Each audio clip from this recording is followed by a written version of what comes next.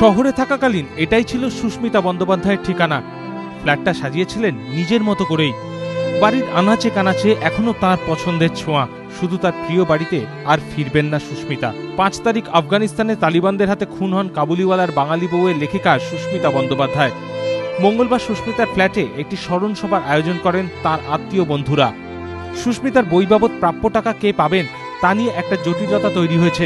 সুস্মিতা বন্দ্যোপাধ্যায়ের আইনজীবী অবশ্য জানিয়েছেন, ভিনদেশের নাগরিক হওয়ায় সুস্মিতার স্বামী যা বাজে সেই টাকা পাওয়ার ক্ষেত্রে সমস্যা হবে, তাই সেই টাকা পাবেন সুস্মিতার ভাই। জানবাজ আফগানিস্তানের নাগরিক, আমাদের ইন্ডিয়ায় উনি এসেছিলেন ওভারসিজ ইন্ডিয়ান সিটিজেন হিসেবে। সুস্মিতা বন্দ্যোপাধ্যায় কোনো অংশেরই দাবিদার নয়। আর সুস্মিতা যেটি নিজের জিনিস করে দিয়ে থাকেন, তার পরবর্তীকালে তার ওয়ারিশন হিসেবে তার ভাইরা জীবিত আছেন, তারাই পাবেন। সুস্মিতার কাজ আর জীবনযাত্রা নিয়ে আলোচনার মাঝেই বন্ধুদের কথায় উঠে এলো সুস্মিতাকে নিয়ে নানা অজানা গল্প। রুমা পালের রিপোর্ট, এবিপি আনন্দ, কলকাতা।